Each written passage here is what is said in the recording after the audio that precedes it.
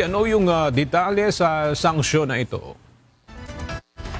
Aga inanunsyo ni United States Secretary of State Marco Rubio ang pagpapataw ng sanctions laban sa 4 na judges ng International Criminal Court o ICC at kabilang rito ang isa sa judges na may hawak sa kasong Crimes Against Humanity laban kay dating Pangulong Rodrigo Duterte, partikular na si Reine Adelaide Sophie Alapini Gansu.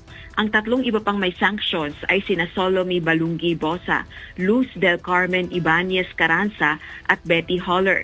Ayon kay Marco Rubio, U.S. Secretary of State, ipinataw ang sanctions ng Estados Unidos dahil sa direktang may kaugnayan umano ang mga individual na ito sa mga hakbang ng ICC para makapagsagawa ng investigasyon, aresto, detensyon sa mga mamamayan ng Estados Unidos o Israel nang walang pahintulot ng dalawang bansa. Kapwa hindi kasapi sa Rome Statute ang Israel at Estados Unidos.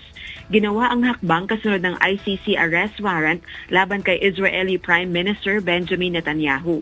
Dagdag pa ni U.S. Secretary of State Rubio, politicized o namumulitika umano ang ICC.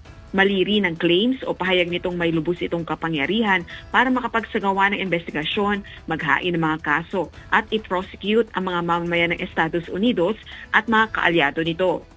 Pag-abuso umano ito sa kapangyarihan at panghihimasok sa sovereignty